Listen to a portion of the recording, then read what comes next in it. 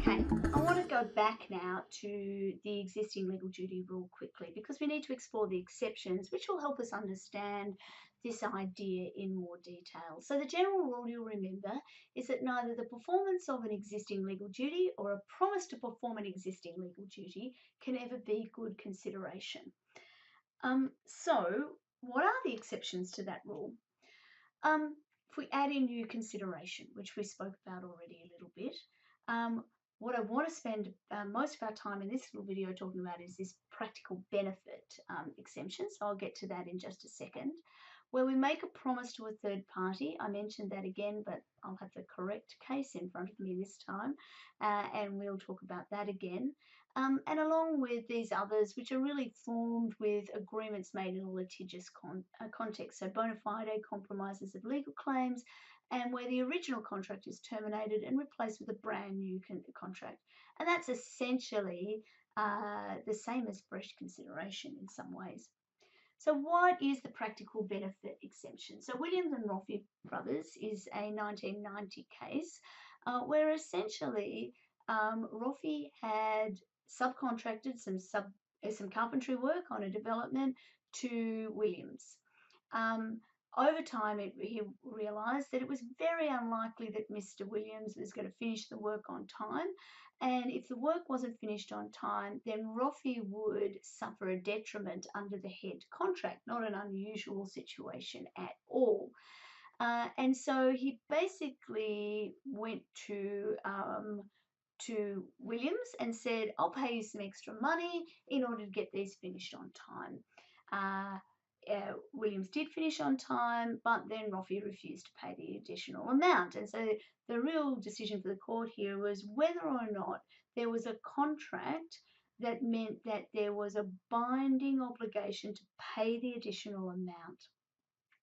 So Glidewell, Lord Justice Glidewell, looked at this question and basically held that Williams' performance conferred some kind of practical benefit to Roffey, which of itself was sufficient consideration.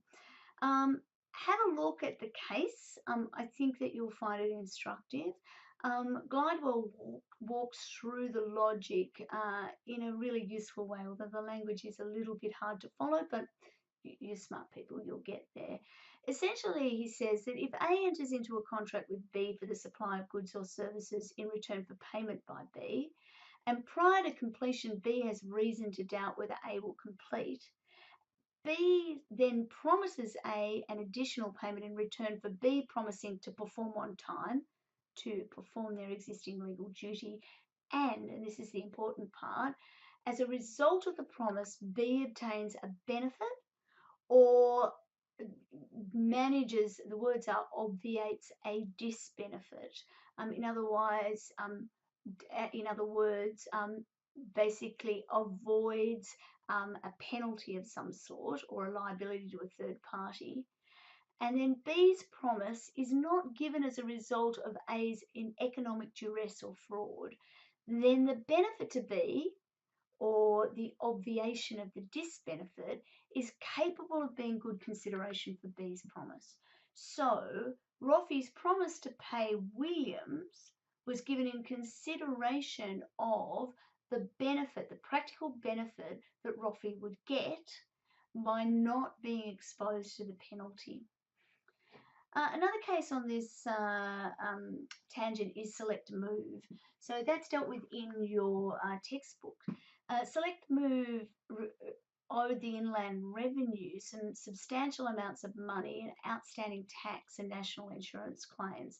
So the managing director, the poor inappropriately named Mr. Fuchs, met with a Mr. Pollard from the Inland Revenue and said he would pay future tax as it fell due, and he would pay the arrears at £100 a month. Pollard said that he would have to check and he'd contact the managing director if it was an unacceptable deal. He didn't come back, and so Select Move didn't hear anything until they got a £25,650 notice and a threat for a wind-up petition. So Mr. Fuchs went and subsequently claimed that the Revenue had said that he could repay a lesser amount. The High Court found that even if that were to be true, and there was some question over the accuracy of the evidence, Mr. Pollard had not bound the revenue and there was no consideration for the varied agreement. It's worth having a look at the judgment of Gibson, Lord Justice Gibson. Stuart Smith and Balcombe concurred with that judgment because they observed there that the original case, Folkes and Beer, precluded any variation of the agreement to repay the debt without good consideration. And they took that into account, paying attention to the detail in Williams and Roffey. So in that case, they distinguished Williams and Roffey. Lord Justice Gibson says it's clear that a practical benefit of that nature is not good consideration in law. So it's important to look at the nature of the practical benefit. So how does this play out in Australia? Musumeci and Winnedell is the key case here, a 1994 New South Wales case. Musumeci ran a fruit market in a shopping centre that was owned by Winnedell. Winnedell added another tenant into the shopping centre who was a competitor. As a concession to Musumeci, who were not happy at having a competitor right next door, Winnedell agreed to reduce their rent by a third. Justice Santow said that the promise could be binding, notwithstanding that the initial rent was an existing legal duty, because Winnedell received the practical benefit of maintaining a fully let shopping centre, so not having empty tenants or empty stalls, which, as we know, means that it's the wrong look, it's the wrong vibe, to quote our friend Dennis, and it creates concerns for the number of people who are coming to the shopping centre and impacts all of the tenants. It's worth looking at the judgment because Justice Santow considers the extent to which Williams and Roffey should be followed in Australia, and he looks at 3 reasons for doing that. So he notes that there are 3 reasons why a contract to perform an existing legal obligation shouldn't be enforced. Firstly, to protect the promisor from extortion. Secondly, because the promisee suffers no legal detriment in performing what was already due, and the promisor receives no legal benefit in receiving what's already due. And thirdly, because a benefit which is merely the hoped for end result of the performance can't constitute consideration. However, in each of those points, Santow distinguishes in relation to these facts and considers the issues. So, for example, considered that the duress was sufficient protection, combined with fraud, undue influence, unconscionable conduct, against the issue of extortion. So have a look at the judgment, make sure that you understand how that pans out. Another exemption that we need to think about is the promises to third parties. So Hirachand, Parmachand and Temple is the decision. So it provides that there are situations whereby a debtor is not the one who pays the lesser sum. Instead, it could be paid by a third party who is not a party to the original contract.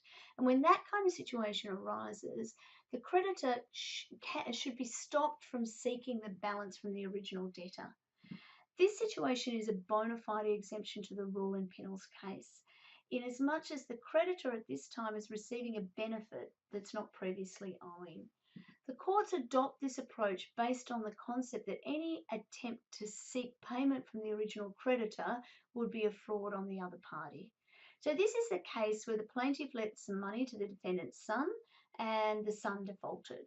The plaintiff then communicated with the defendant hoping to recover money from Dad. Daddy, Lord Daddy at a guess, sent a draft or a cheque for less than the amount owed and a note saying that it would serve as a final payment. The plaintiff kept and cashed the draft, the cheque, so accepted the money, but then went to seek the balance owed from the son. So the court had the issue in front of it of what was the effect of the transaction between the plaintiff and the defendant, so the creditor and the son of the the father of the debtor, and whether there was an accord and satisfaction or consideration to validate the payment of the lesser amount for more, and whether there was satisfaction of consideration. And the court found then that if a debtor issues a cheque for part of the debt offering in full payment, then the creditor can keep the cheque or cash it. But by doing either, he's not accepting as extinguishing the entire debt. However, if a third party offers a cheque in part payment as full payment, the creditor needs to either promptly return it or cash it and accept the compromise.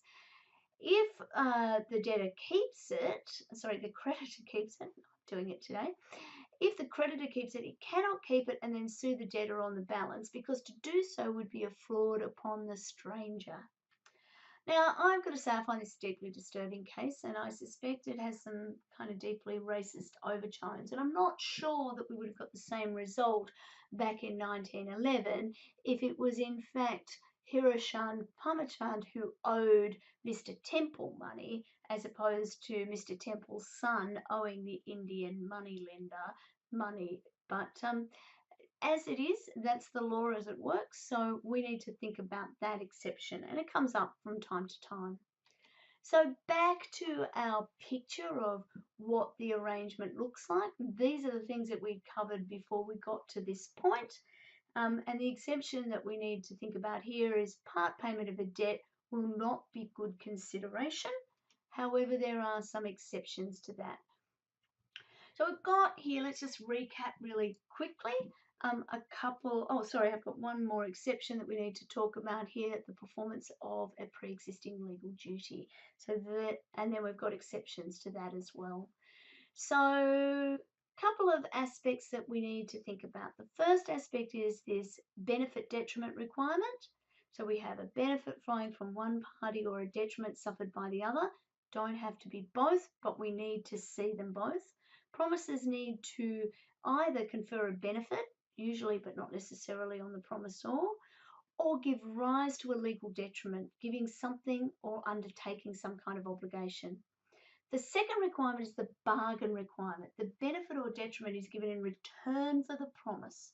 There has to be this bargain connection between what the parties are giving and what they're getting. So the Australian Woolen Rules case. There are 5 core rules that you need to keep your head around. Consideration needs to move from the promisee. Consideration needs to be sufficient, but it doesn't need to be adequate. Past consideration is not good consideration. Performance of or promises to perform an existing legal duty is not sufficient consideration, and part payment of a debt is not good consideration, similar to the performance of the existing legal duty. So those last two, performing an existing legal duty or part payment of a debt, there are exceptions in relation to each of those, and we need to understand them. So that's all I've got to say about consideration for at this point. I want to do some problems in class. You will have seen on the slide pack the in-class problem, and we'll work through the solution to that together. Thanks for listening.